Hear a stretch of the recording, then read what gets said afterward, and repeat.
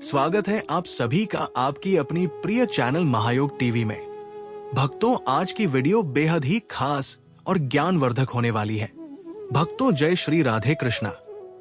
प्रिय भक्तगणों, हर महीने 2 एकादशी तिथि शुक्ल पक्ष और कृष्ण पक्ष में पड़ती है, लेकिन सभी एकादशियों में माघ शुक्ल की निर्जला एकादशी के व्रत को कठिन माना जाता है, क्योंकि इस व्रत में पूरे दिन अन्न और जल का त्याग करना होता है। इस व्रत की महिमा भी अपार होती है। निर्जला एकादशी व्रत को करने से साल में पड़ने वाली सभी 24 एकादशी व्रतों के समान फल मिलता है और भगवान विष्णु की कृपा से सभी मनोकामनाएं भी पूरी होती है। प्रिय भक्तगणों, आज की इस वीडियो में हम ज्येष्ठ माह के शुक्ल पक्ष की निर्जला एकादशी के विषय में बात करेंगे।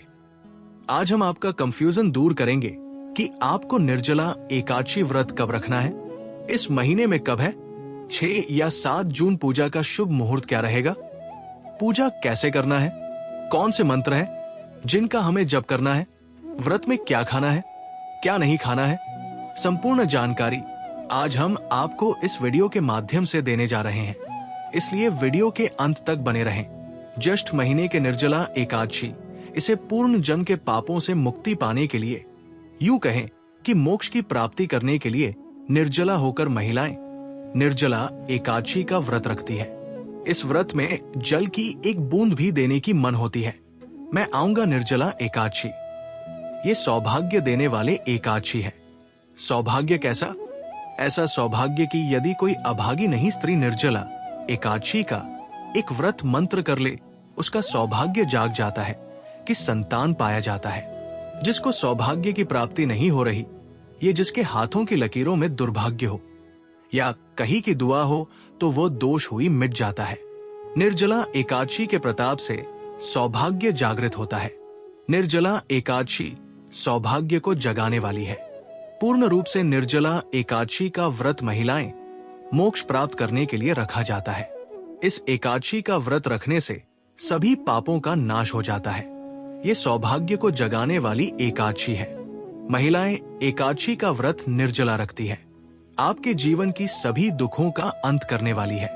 एकादशी आपके जीवन में आर्थिक परेशानी चल रही है तो निर्जला एकादशी इसका एक उत्तम उपाय हो सकता है। आपके जीवन में क्लेश चल रहा है और मोक्ष की कामना करते हैं तो इससे बड़ा कोई उपाय हो नहीं सकता। आज के इस वीडियो में हम बात करेंगे कि इस एकादशी का व्रत करना किस तरह से है, इसमें किस चीज के दान का भी पूजा का विधान है, इस व्रत के नियम क्या है। इस एकादशी का नाम है निर्जला एकादशी। तो क्या हम इस एकादशी के दिन जल ग्रहण कर सकते हैं या नहीं कर सकते? इस एकादशी में कुछ चीजों को त्यागना होता है और असली एकादशी में कुछ ऐसी चीज है जिनका आपको सेवन नहीं करना होता है या प्रयोग नहीं करना होता है। वो कौन सी वस्तु में है, कौन सी चीज है जिनको आप इस एकादशी में एक दिन पहले ही त्याग देंगे? इसके नियम क्या रहेंगे? किस विधि से इस व्रत को करना चाहिए? किस पूजन से इसको करना चाहिए? दान क्या रहेंगे? कारण कब होगा? कैसे होगा? क्या समय रहेगा? एकादशी व्रत किस दिन ये करना है? शुभ मुहूर्त क्या रहेगा? पूजा का समय क्या रहेगा? इस प्रकार से इस संपूर्ण जानकारी इस आने वाली एकादशी के बारे में आपको प्रदान की जाएगी। हम यहाँ पर पंचांग और पुराणों के आधार पर जानकारी प्रस्तुत करते हैं। कौन सा व्रत, कौन सा त्योहार कैसे मनाना है, क्या आप पूजा विधि है जो पुराने में लिखी होती है, वहां हम आपको बताते हैं। व्रत कब करना है, समय क्या रहेगा, शुभ मुहूर्त क्या रहेगा, जो पंचांग हमें बताते हैं वो हम आपको बताते हैं। तो इसी प्रकार की लाभदायक जानकारी प्राप्त करते रहना चाहते हैं तो चैनल को अवश्य ही सब्सक्राइब कर लीजिएगा। जानकारी आरंभ करें उससे पहले आपसे निवेदन है कि वीडियो यदि थोड़ा भी उपयोगी लगे तो कृपया एक बार लाइक अवश्य कर दीजिएगा। एक लाइक हमारे लिए बहुत महत्वपूर्ण होता है। अपनी मनोकामना पूर्ति के लिए, अपने व्रत की सफलता के लिए कमेंट बॉक्स में अवश्य लिखिएगा। ओम नारायण नमः इस मंत्र की बहुत अधिक महिमा है। इस ज्येष्ठ माह में ये मूल मंत्र है, वैसा का जितना अधिक हो सके इस मंत्र को लिखिए। जहां अवसर मिले वहां लिखिए। जो पूजा कर रहे हैं उसमें इसका प्रयोग कीजिए। तुलसी को जल दे रहे हैं, बोलिए ओम नारायण। पीपल को जल दे रहे हैं, बोलिए, ओम नारायण नम पूजन कर रहे हैं, स्नान कर रहे हैं, एक ही मंत्र का जाप कीजिए। ओम नारायण नारायण कमेंट कर रहे हैं, लिखिए ओम नारायण नमः निर्जला एकादशी का व्रत रखे हुए हैं, उनको भी इसी मंत्र का ओम नारायण नमः का जितना अधिक लिखेंगे, जितना अधिक बोलेंगे, इस पूरे ज्येष्ठ माह में उसका कई हजार गुना पुण्य आपको प्राप्त होगा। ये पुराने की बात है, पद्म पुराण में वर्णित है। तो चलिए भक्तों जानकारी आरंभ करते हैं। बात करते हैं आने वाले एकादशी के बारे में। प्रथम अर्थात कृष्ण पक्ष की एकादशी होगी और इसका नाम होगा निर्जला एकादशी, जो आपके जीवन का दुर्भाग्य मिटा सकती है। किसी एकादशी के बारे में जो पुराने में वर्णन मिलता है ना, वो यही मिलता है कि ये एक एकादशी वहां एकादशी है जो इस दुनिया में सर्वाधिक पुण्य देने वाली है। किस प्रकार से पुराणों में सबसे बड़ा दान क्या है? कन्यादान और अन्य दान से बड़ा कोई भी दान पुराणों में नहीं बताया गया है। हमारे सनातन धर्म हिंदू धर्म की बात करें तो सबसे बड़ा दान अनुदान है। इससे देवता, मनुष्य और पितृ तीनों को रोड तृप्त और प्रसन्न किया जा सकता है। इसीलिए इसको महादान और सबसे बड़ा दान कहते हैं। ये होता है कन्यादान। आप जानते हैं एकादशी का एक व्रत करने से आपको 1000 कन्यादान करने का फल प्राप्त होता है। जितना अनुदान और कन्यादान दोनों को मिलाकर फल आपको प्राप्त होगा, उतना केवल 1 वर्ष में एकादशी आपको कहूंगा कि एकादशी को दिन खोलकर कीजिए, भगवान का पूजन कीजिए, विधि से पूजन कीजिए, विधि से कथा श्रवण करिए और विधि से व्रत कीजिए। ये व्रत आपके इस जीवन के संकट को तो दूर करेगा ही, परलोक को भी सुधरेगा। ये वो व्रत नहीं है कि केवल परलोक में आपका काम आएगा, नहीं, ये इस लोक में भी काम आएगा। अर्थात यदि आप विधि विधान से करते हैं तो आपका सौभाग्य जागृत होगा। आपके जीवन में जो भी परेशानियां चल रही होंगी, चाहे वो आर्थिक परेशानी चल रही है, चाहे वो शारीरिक परेशानी चल रही है, मानसिक परेशानी, ग्रह क्लेश चल रहा है, किसी से लड़ाई झगड़ा चल रहा है या काम ठीक से नहीं चल रहा है, व्यापार, नौकरी आदि की परेशानी है, जो भी जीवन में परेशानी है ना, उसका हाल ये निर्जला एकादशी को विधि से कीजिएगा, विधान से कीजिएगा, नियम से कीजिएगा। इसके नियम अन्य निर्जला एकादशियों से थोड़े अलग हैं। अर्जुन नियम आपको बताए जाएंगे। वो ऐसा नहीं है कि मैं अपने आप कुछ बता दूंगा, जो लिखा है पुराणों में वही आपको मैं आप बताने जा रहा हूं। आप बात करते हैं कि इस निर्जला एकादशी का पूजन अपने कैसे करना है, साथ ही इस एकादशी के नियम क्या रहेंगे और साथ बताएंगे कि इसका कर्तव्य करना कब है। निर्जला एकादशी को व्रत जो भी करने वाले हैं उन्हें दशमी तिथि से त्याग कर देना चाहिए। कुछ ऐसे कार्य है जो नहीं करना चाहिए, जैसे कांसे से के बर्तन में भोजन करना। यह आप दशमी तिथि को ही अर्थात व्रत के 1 दिन पहले ही बंद कर देंगे। व्रत के 1 दिन पहले से आपको कांसे के बर्तन में भोजन नहीं करना चाहिए। मांस वगैरह आदि का सेवन तो आप सभी जानते नहीं करना चाहिए। मसूर की दाल नहीं खानी चाहिए, चने की दाल नहीं खानी चाहिए, आख हरी सब्जियां नहीं खानी चाहिए। गोंडा का साग जो आता है, चना का साग नहीं खाना है, गोंडा का साग नहीं खाना है। मधु अर्थात शहद प्रयोग नहीं करना है। अब आप कहेंगे पंडित जी, शहद अगर प्रयोग नहीं करना है तो पंचामृत कैसे बनाएंगे? पंचामृत में आप शहद के स्थान पर गंगा जल मिला दीजिएगा। दूसरे का अन्न आपको दशमी तिथि को ही त्याग कर देना है। एकादशी पर आपको दूसरे का अन्न नहीं खाना है। 1 दिन पहले भी दशमी तिथि को दूसरी बार भोजन भी नहीं करना है। दशमी तिथि को ही भोजन भी एक ही समय करना है। दोपहर के बाद अन्य ग्रहण नहीं करना है और स्त्री प्रसंग अर्थात ब्रह्मचर्य का पालन भी आप 1 दिन पहले ही आरंभ कर देंगे कि वो नियम है जिनका पालन आपको अवश्य रूप से इस आने वाली निर्जला एकादशी के व्रत में करना चाहिए। और व्रत वाले दिन की बात करते हैं तो व्रत वाले दिन आपको पान नहीं खाना चाहिए।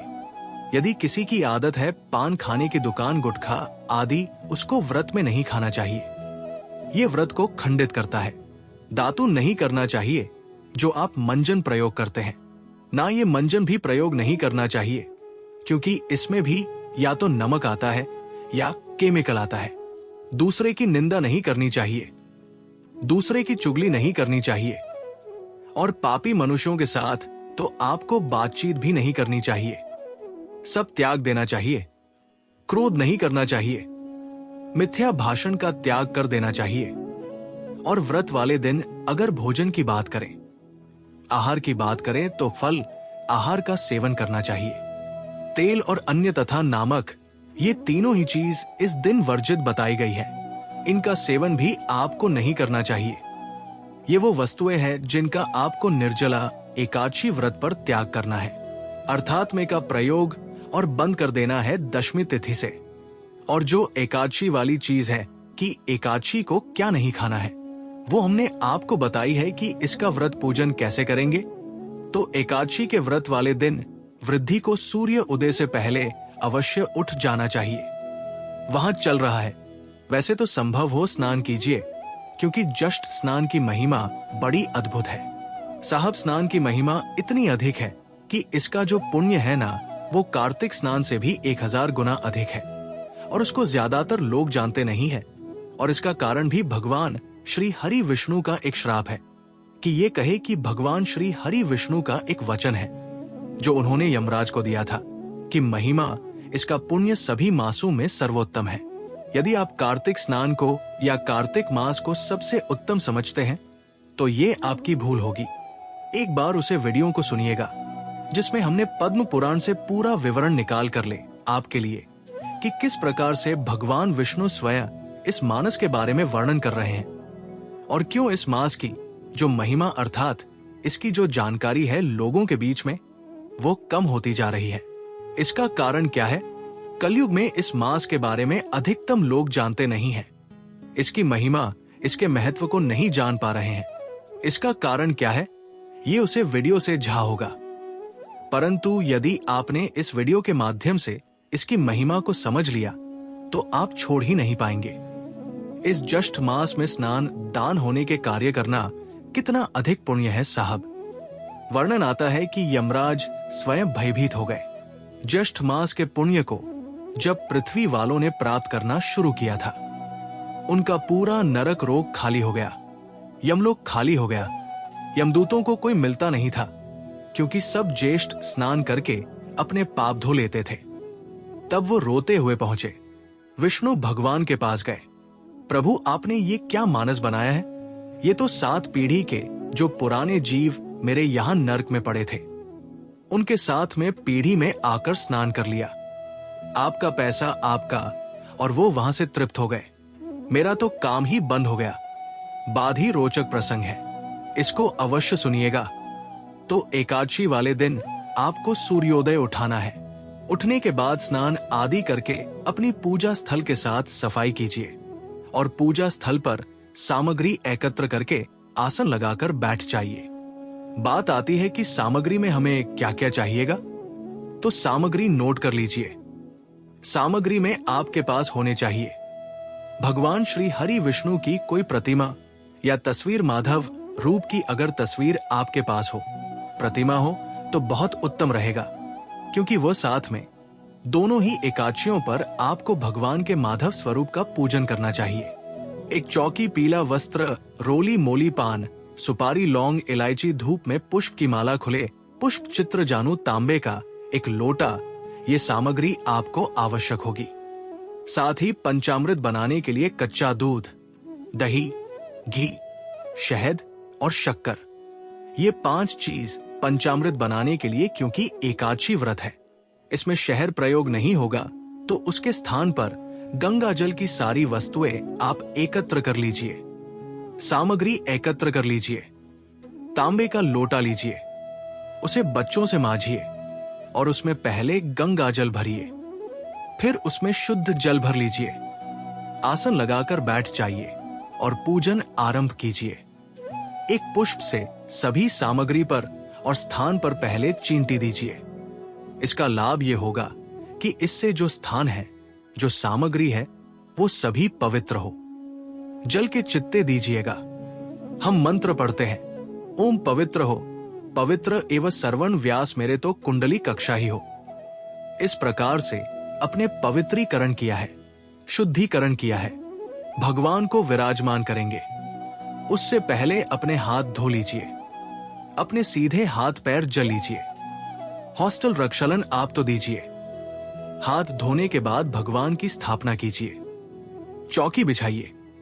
चौकी पर पीला वस्त्र अगर है तो वो भी चाहिए, और भगवान को स्थापित करने से पहले प्रार्थना कीजिए कि हे ईश्वर ही परमात्मा, हम आपके यहाँ आवाहन कर रहे हैं, आप यहाँ विराजमान हो, और भगवान की तस्वीर को स्थापित कर दीजिए।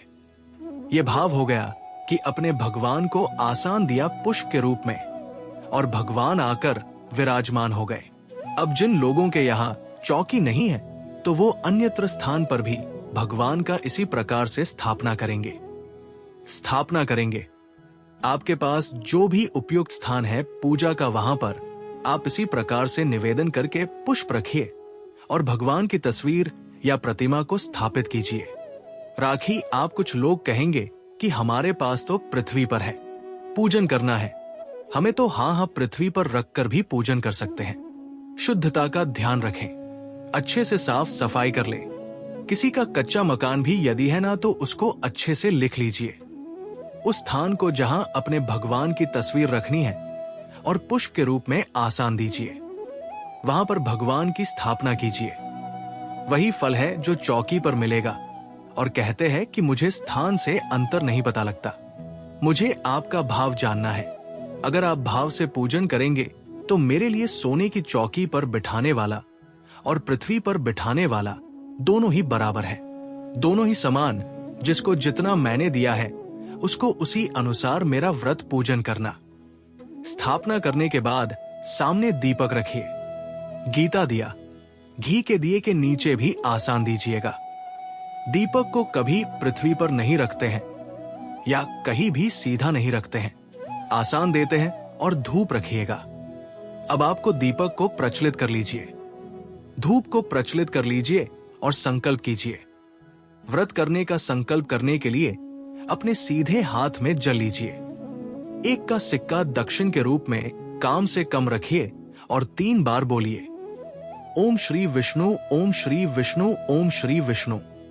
अपना नाम, अपना गोत्र, जिस स्थान पर बैठकर आप संकल्प कर रहे हैं वहां का मकान नंबर, क्षेत्र का नाम, शहर का नाम, वैशाख माह से कृष्णा पक्षी, एकादशी, आयाम, पुण्यतिथि, आयु, आरो के पिता प्राप्त है, सौभाग्य प्राप्त, प्यार था, ये सुख संपत्ति प्राप्त है। एकादशी व्रत पूजन संकल्पम संकट से विष्णु शरण शरण प्रताप, और वो संकल्प भगवान के चरणों में अर्पित कर दीजिए। हाथ जोड़कर नमस्कार कीजिए। अब आप भगवान का पूजन आरंभ करेंगे। पूजन करने के लिए भगवान के सामने एक पत्र रख दीजिए, कटोरी रख दीजिए या कोई अन्य पत्र जिसमें आप पूजा की सामग्री अर्पित करेंगे। भगवान को पहले पद आर्घ आजमानी कराया जाएगा। चल रहा है तो उसी के अनुसार मित्रों का प्रयोग करना है। माधव मास की एकादशी में माधव मास का प्रभाव बहुत अधिक देखा गया है, इसीलिए इस प्रकार से हमें पूजन करना चाहिए। सबसे पहले भगवान को पद्य और आजमनी अर्पित करेंगे। पद्य के रूप में 1 चम्मच जल अर्पित कीजिएगा। ओम भूर्भुव स्वश्री माधवय वैष्णव नमः पद्यम समर्पयारी के रूप में जल्पित कीजिए। भगवान माधव का पूजन करते हैं, भगवान के माधव स्वरूप का पूजन कर रहे हैं। ओम भूर्भुव स्वनारायण नम के रूप में 1 चम्मच जल आप परमात्मा को अर्पित कीजिए। आज मैंने कराएंगे ओम भूर्भुव नम के रूप में 1 चम्मच अर्पित कीजिए। भगवान को स्नान करेंगे। स्नान के लिए 1 चम्मच जल अर्पित करेंगे। जिनके पास प्रतिमा है वो प्रतिमा को नहीं लेंगे। ओम भूर्भुव स्व माधव आय नमः पंचामृत बनाया। कच्चा दूध, दही, शहद के स्थान पर गंगाजल और शक्कर। ओम भूर्भुव स्व श्री माधवय नमः पंचामृत स्नान, पंचम समर्पण शुद्ध जल से स्नान करेंगे। शुद्ध जल संस्थान करने के लिए 1 चम्मच जल शुद्ध कीजिएगा। ओम भूर्भुव करेंगे। वस्त्र के रूप में मौलिक का 1 टुकड़ा थोड़ी है और वो भगवान को अर्पित कीजिए। ओम भूर्भुवा स्वाहा वस्त्रम समर्पयारियो पवित्रम, या क्यों पवित्र अर्पित करेंगे, जनवरी लीजिए, उसे पर तिलक कर लीजिए होली से और वो अर्पित कीजिएगा। ओम भूर्भुव नमः को चंदन लगाएंगे, चंदन लगाइए। पवित्रम इसके बाद भगवान को पुष्प की माला पहनाएंगे। पुष्प अर्पित करने के बाद धूप दीप दिखाएंगे। ओम भूर्भुवः स्वः रूपम समर्पयामि श्री नारायण नारायण दिखाएंगे। ओम भूर्भुव स्व माधवा आय नमः दीपम दृश्य स्वामी यूट्यूब दिखाने के बाद नावेद के रूप में क्या आप फल चढ़ा सकते हैं? मिठाई है तो मिठाई अर्पित कीजिएगा, अन्यथा आपको ड्राई फ्रूट्स और मिश्री है तो मिश्री चढ़ा सकते हैं। जो भी आपके पास उपलब्ध सामग्री है। नारायण नमः और भजन आते चल अजमानी समर्पयारी 1 चम्मच जल लीजिए, अजमानी के रूप में अर्पित कीजिए। जल जमानी करने के बाद अब भगवान को तंबू अर्पित करेंगे। तांबूल पान का पत्ता लीजिए, उसमें 2 लौंग, 2 इलायची, 1 सुपारी रखिए और वो अर्पित कीजिएगा। ओम भूर्भुवः स्वः नारायण नमः अर्पित करने के बाद दक्षिण अर्पित कीजिए। भगवान को प्रेम से ओम भूर्भुवः स्वः नारायण नमः शिवाय ओम समर्पयारी शुभ दक्षिण अर्पित कीजिए। दक्षिण अर्पित करने के बाद हाथ जोड़कर भगवान को नमस्कार कीजिए।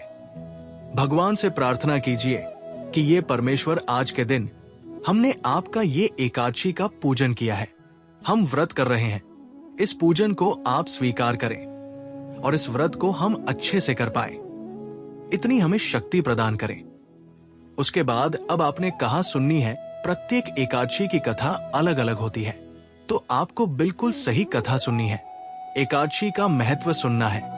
एकादशी की कथा YouTube पर सुनते समय ध्यान रखिएगा कि YouTube पर बहुत सारे चैनल किसी भी कथा को किसी भी नाम से चला देते हैं, तो सही चैनल चुने और सही ही कथा सुन। आपका चैनल जिस पर आप ये वीडियो देख रहे हैं एक वेद पुराण पंचांग पर का चैनल है और यहाँ पर हम सही कथाएं हैं सुनते हैं जो उसे मृत के लिए बने होते हैं। तो सही कथा सुनने के लिए चैनल को भी सब्सक्राइब कीजिए। अगर नए हैं तो और बेल आइकन के निशान को अवश्य दबाइएगा, तभी आपको सारी वीडियो प्राप्त होंगे। सब्सक्राइब करने के बाद एक बेल का निशान बना हुआ आएगा, उसको दबा दीजिएगा, वीडियो आपसे छुट्टी जाएंगे। साथ में विष्णु सहस्त्रनाम आपको सुनना चाहिए कथा, विष्णु सहस्त्रनाम और नारायण कवच, और ये तीनों ही चीज हम प्रत्येक एकादशी पर अपलोड करते हैं। इसका लाभ लीजिएगा, फिर भगवान की आरती कीजिएगा और नियमों के अनुसार दिन को व्यतीत कीजिएगा। नियम हमने आपको बताए हैं कि दिन में आपको व्रत वाले दिन सोना नहीं चाहिए। पारण वाले दिन आपको सूर्योदय से पहले उठ जाना चाहिए। उठने के बाद स्नान आदि करके स्वच्छ वस्त्र धारण करके पारण की पूजा करेंगे। पारण की पूजा करने के बाद आप पुष्पांजलि करेंगे, जो कि क्षमा प्रार्थना होती है। किसी भी व्रत पूजन के लिए सफलता के लिए बहुत आवश्यक होती है। वो पुष्पांजलि और क्षमा प्रार्थना करेंगे। भगवान को पारण का भोग लगाएंगे, ब्राह्मण को दान आदि देंगे और उसके बाद व्रत का पालन करेंगे। वीडियो में बताते भी हैं तो उसको आप अवश्य देखिएगा। यहाँ आपको बता दे कि अब आपको व्रत करना कब है और पारण करना कब है। निर्जला एकादशी तिथि जो है ना, ये आरंभ हो रही है। 6 जून को निर्जला एकादशी 2025 का व्रत अत्यंत पुण्यदायक और विशेष महत्व रखता है। इस वर्ष ये व्रत 6 जून शुक्रवार और 7 जून शनिवार को मनाया जाएगा, जो कि स्मार्त और वैष्णव परंपराओं के अनुसार अलग अलग तिथियों पर पड़ता है। निर्जला एकादशी 2025 की तिथि और समय एकादशी तिथि प्रारंभ 6 जून 2025 शुक्रवार को प्रातः 2:15 पर एकादशी तिथि, समाप्त 7 जून 2025 शनिवार को प्रातः 4 बजे। व्रत रखने की तिथि स्मार्त संप्रदाय गृहस्थ जम 6 जून 2025 शुक्रवार, वैष्णव संप्रदाय 7 जून 2025 शनिवार। स्मार्त परंपरा में व्रत उस दिन रखा जाता है जब एकादशी तिथि सूर्योदय के समय हो, जबकि वैष्णव परंपरा में व्रत उस दिन रखा जाता है जब एकादशी तिथि का अधिकांश भाग सूर्योदय के बाद हो। व्रत पारण उपवास समाप्ति का समय स्मार्त व्रत पारण 8 जून 2025 शनिवार को दोपहर 1:40 से 4 बजे तक। वैष्णव व्रत पारण 9 जून 2025 रविवार को प्रातः 5:23 से 7:17 तक पारण हरिवासर के समाप्त होने के बाद किया जाता है, जो कि 7 जून को प्रातः 11:25 तक समाप्त होगा। अभिजीत मुहूर्त और उसका महत्व। अभिजीत मुहूर्त प्रत्येक दिन का ये मुहूर्त सूर्योदय के लगभग 24 मिनट बाद से लेकर 48 मिनट तक रहता है। ये समय अत्यंत शुभ माना जाता है और किसी भी कार्य के लिए उपयुक्त होता है। निर्जला एकादशी के दिन अभिजीत मुहूर्त में भगवान विष्णु की पूजा अर्चना करने से विशेष फल की प्राप्ति होती है। निर्जला एकादशी व्रत का महत्व। ये व्रत सभी एकादशियों में सबसे कठिन माना जाता है क्योंकि इसमें जल और अन्न दोनों का त्याग किया जाता है। इस व्रत को रखने से वर्ष भर की सभी एकादशियों का पुण्य प्राप्त होता है। पौराणिक कथा के अनुसार महाभारत के भीमसेन ने इस व्रत को रखा था, इसलिए इसे भीमसेनी एकादशी भी कहा जाता है। इस दिन भगवान विष्णु की पूजा, व्रत, दान और भजन कीर्तन करने से समस्त पापों का नाश होता है और मोक्ष की प्राप्ति होती है। इसमें आप पालन कर लीजिएगा, बहुत ही कल्याणकारी रहेगा। ये जानकारी निर्जला एकादशी के बारे में जानकारी थोड़ी भी अच्छी लगी हो तो कृपया लाइक अवश्य कीजिए। भगवान विष्णु पीतांबरधारी कहलाते और इसी निर्जला एकादशी पर भगवान विष्णु के किसी मंदिर में भी आप चाहे तो पीली धोती आप अर्पित कर सकते हैं। इससे भी भगवान प्रसन्न होते हैं। इसके बाद भगवान को आप आभूषण, यज्ञोपवीत, जनेऊ आदि पहनाएं। पीले पुष्प की माला पहनाएं। पीले फूल अर्पित करें। 3 फूल आपको गुलाब के हो, सूरजमुखी के हो, गेंदा के हो, पीले वाले ये आपको अर्पित करने चाहिए। तुलसी अर्पित कर या तुलसी की माला बना करके भी अर्पित कर सकते हैं और चाहे तो आप कमल गट्टे की माला हुआ या फिर गुंजा की माला हुआ ये भी अर्पित कर सकते हैं। फ्रेश तुलसी की माला बना सके तो अच्छी बात, नहीं तो अभिमंत्रित करके तुलसी की माला को रखनी चाहिए। माला अर्पित करने के बाद सुगंधित इत्र अर्पित करें। चंदन के का तिलक करें। तिलक के लिए हो सके तो अष्टगंध का प्रयोग करें। धूप और दीप जलाएं। घी का दीपक जलाया जाता है और दीपक में 1 चुटकी केसर या हल्दी जरूर डाल दें। भगवान को भोग लगाएं। पीली चीजों का भोग लगाएं। केले, आम, खरबूजे आप उनको अर्पित कर सकते हैं। जल से भरे मिट्टी का घड़ा, खरबूजा, आम पंखी ये चीजें ठाकुर जी को आज के दिन अर्पित की जाती है और भगवान विष्णु को तुलसी दल विशेष प्रिय है। इसी तुलसी दल जरूर प्रयोग करें।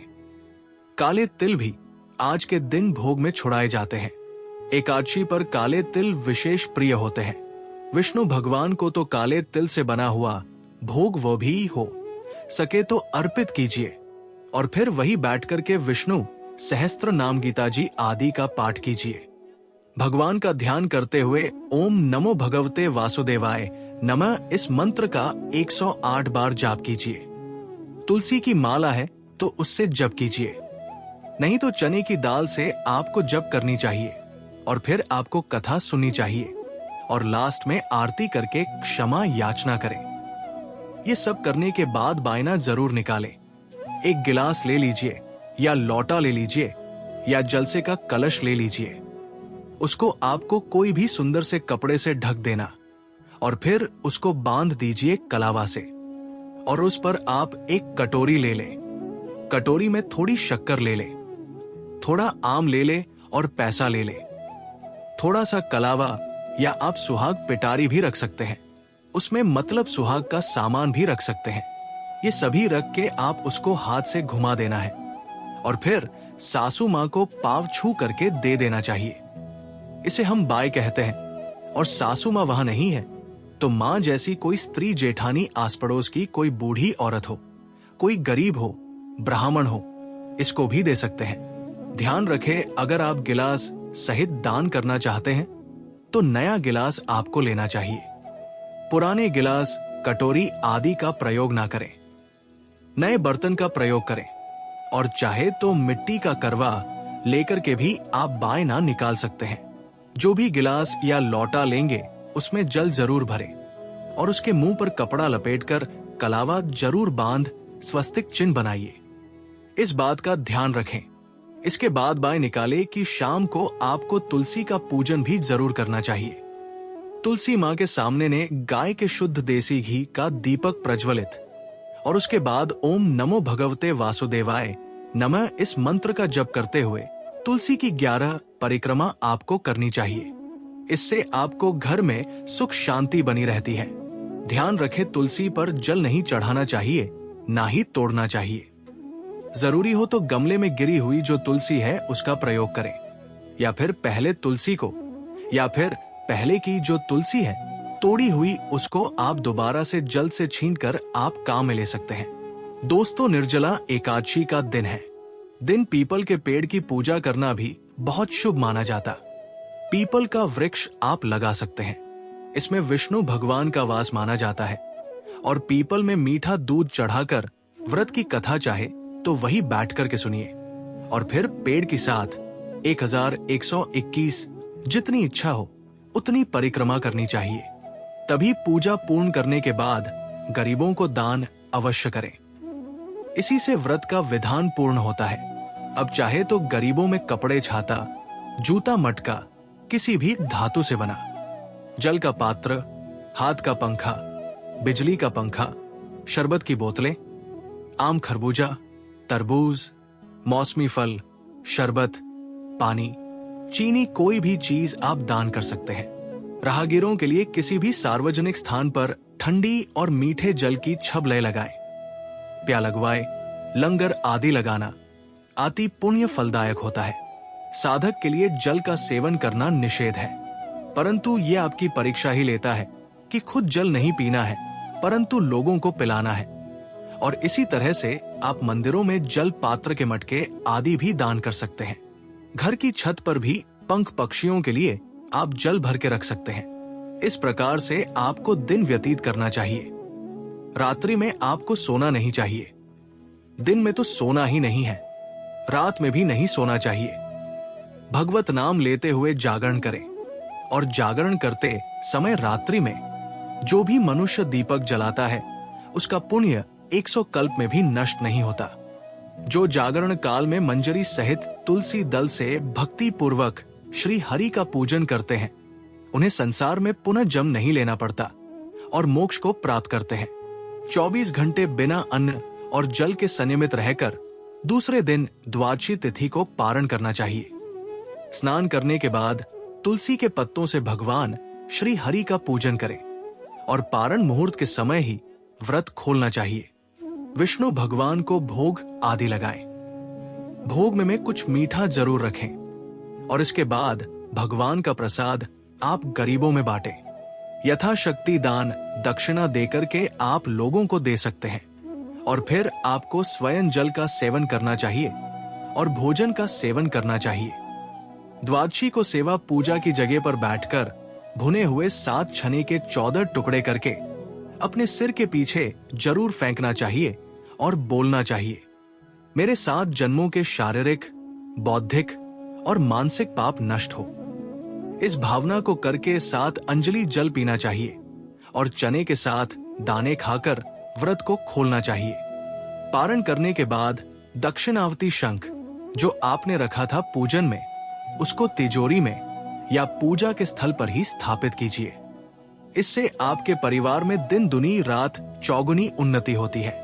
दरिद्रता का मुख नहीं देखना पड़ता और बेडरूम में इसको पूजन करके अभिमंत्रित करके, अगर आप उस दिन पूजा नहीं भी कर रहे हैं तो कहीं से भी अभिमंत्रित करके किसी ब्रह्मचारी पंडित जी द्वारा आप इसे प्राप्त करें और अपने बेडरूम में रखने पर पति पत्नी के संबंध अच्छे होते हैं। डिवोर्स की नौबत दूर हो जाती है, मन को शांति मिलती और घर में सकारात्मक ऊर्जा का वास होता है। ध्यान रखना चाहिए, ये तांत्रिक लक्ष्मी का चिन्ह है। तो जब भी घर में दक्षिणावर्ती शंख रखते हैं तो विधि विधान से रखना चाहिए और समय समय पर धूप दीप करना चाहिए, जैसे भगवान का पूजन करते हैं, और ऐसे ही नहीं रखना चाहिए।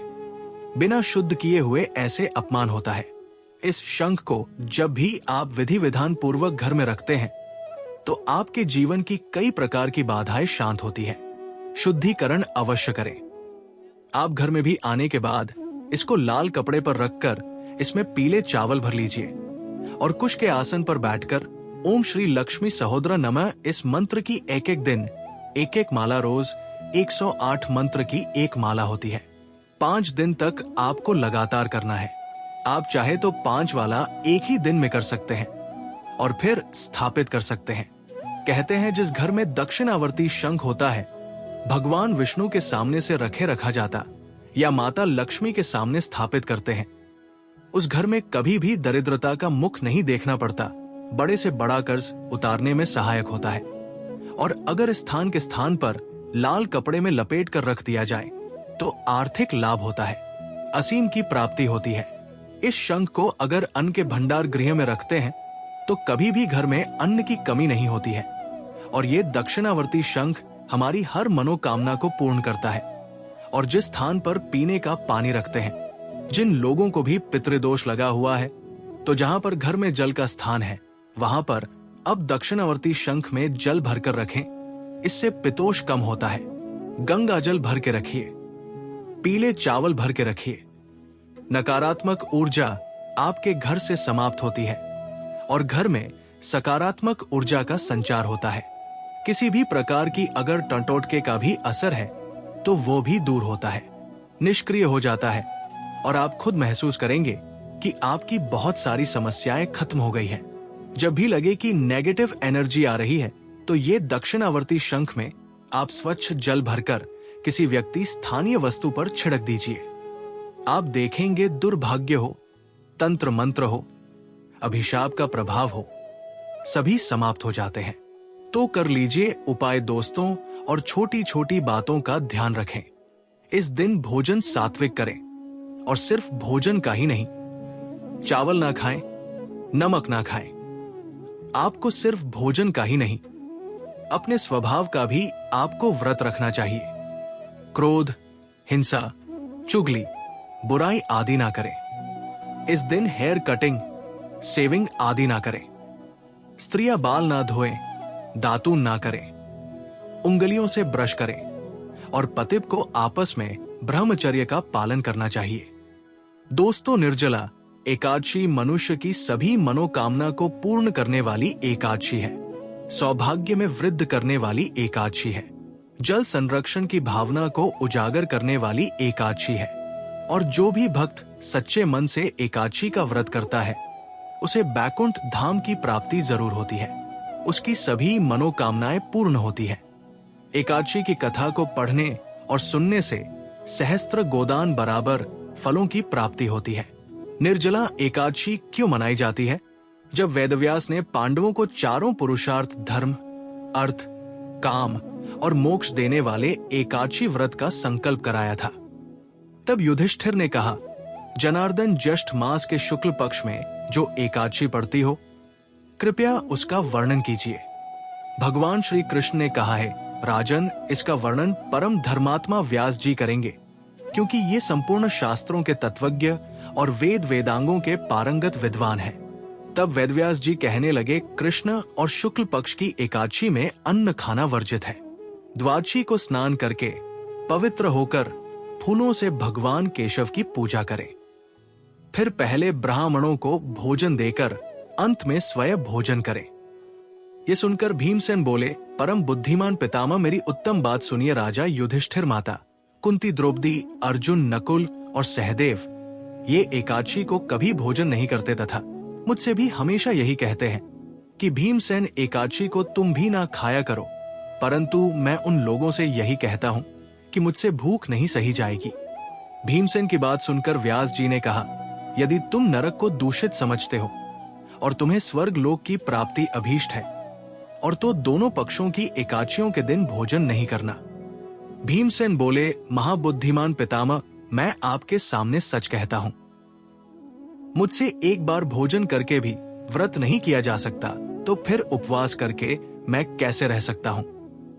मेरे उदर में वृक नामक अग्नि सदा प्रज्वलित रहती है, और जब मैं बहुत अधिक खाता हूं तभी ये शांत होती है। इसलिए महामुनि, मैं पूरे वर्ष भर में केवल एक ही उपवास कर सकता हूं, जिससे स्वर्ग की प्राप्ति सुलभ हो तथा जिसके करने से मैं कल्याण का भागी हो सकूं। ऐसा कोई एक व्रत निश्चय करके बताइए, मैं उसका यथोचित रूप से पालन करूंगा।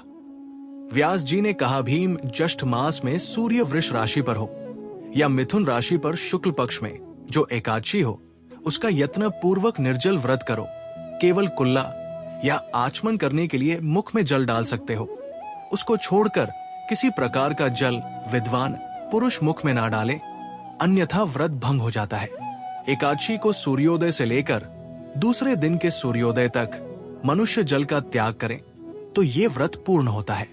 इसके बाद द्वादशी को प्रभात काल में स्नान करके ब्राह्मणों को विधि पूर्वक जल और सुवर्ण का दान करें। इस प्रकार सब कार्य पूरा करके जितेंद्रिय पुरुष ब्राह्मणों के साथ भोजन करें। वर्ष भर में जितनी एकादशियां होती है उन सबका फल इस निर्जला एकादशी से मनुष्य प्राप्त कर लेता है, इसमें तनिक भी संदेह नहीं है। शंख चक्र और गदा धारण करने वाले भगवान केशव ने मुझसे कहा था कि यदि मानव सबको छोड़कर एकमात्र मेरी शरण में आ जाए और एकादशी को निराहार रहे तो वो सब पापों से छूट जाता है। कुंती नंदन निर्जला एकादशी के दिन श्रद्धालु स्त्री पुरुषों के लिए जो विशेष दान और कर्तव्य विहित है उन्हें सुनो। उस दिन जल में शयन करने वाले भगवान विष्णु का पूजन और जल में धेनु यानी पानी में खड़ी गाय का दान करना चाहिए। सामान्य गाय या घी से बनी गाय का दान भी किया जा सकता है। इस दिन दक्षिणा और कई तरह की मिठाइयों से ब्राह्मणों को संतुष्ट करना चाहिए। उनके संतुष्ट होने पर श्री हरि मोक्ष प्रदान करते हैं। जिन्होंने श्री हरि की पूजा और रात्रि में जागरण करते हुए इस निर्जला एकादशी का व्रत किया है, उन्होंने अपने साथ ही बीती हुई 100 पीढ़ियों को और आने वाली 100 पीढ़ियों को भगवान वासुदेव के परमधाम में पहुंचा दिया है। निर्जला एकादशी के दिन अन्न, वस्त्र, गौ, जल, स्नेहा, सुंदर आसन, कमंडलू तथा छाता दान करने चाहिए। जो श्रेष्ठ तथा सुपात्र ब्राह्मण को जूता दान करता है वो सोने के विमान पर बैठकर स्वर्ग लोक में प्रतिष्ठित होता है। जो इस एकादशी की महिमा को भक्ति पूर्वक सुनता अथवा उसका वर्णन करता है वो स्वर्ग लोक में जाता है। चतुर्दशी युक्त अमावस्या को सूर्य ग्रहण के समय श्राद्ध करके मनुष्य जिस फल को प्राप्त करता है वही फल इस कथा को सुनने से भी मिलता है। भीमसेन ज्येष्ठ मास में शुक्ल पक्ष की जो शुभ एकादशी होती है उसका निर्जल व्रत करना चाहिए। उस दिन श्रेष्ठ ब्राह्मणों को शक्कर के साथ जल के घड़े दान करने चाहिए। ऐसा करने से मनुष्य भगवान विष्णु के समीप पहुंचकर आनंद का अनुभव करता है। इसके बाद द्वादशी को ब्राह्मण भोजन कराने के बाद स्वयं भोजन करे। जो इस प्रकार पूर्ण रूप से पापनाशिनी एकादशी का व्रत करता है वो सब पापों से मुक्त हो आनंदमय पद को प्राप्त होता है। ये सुनकर भीमसेन ने भी इस शुभ एकादशी का व्रत आरंभ कर दिया।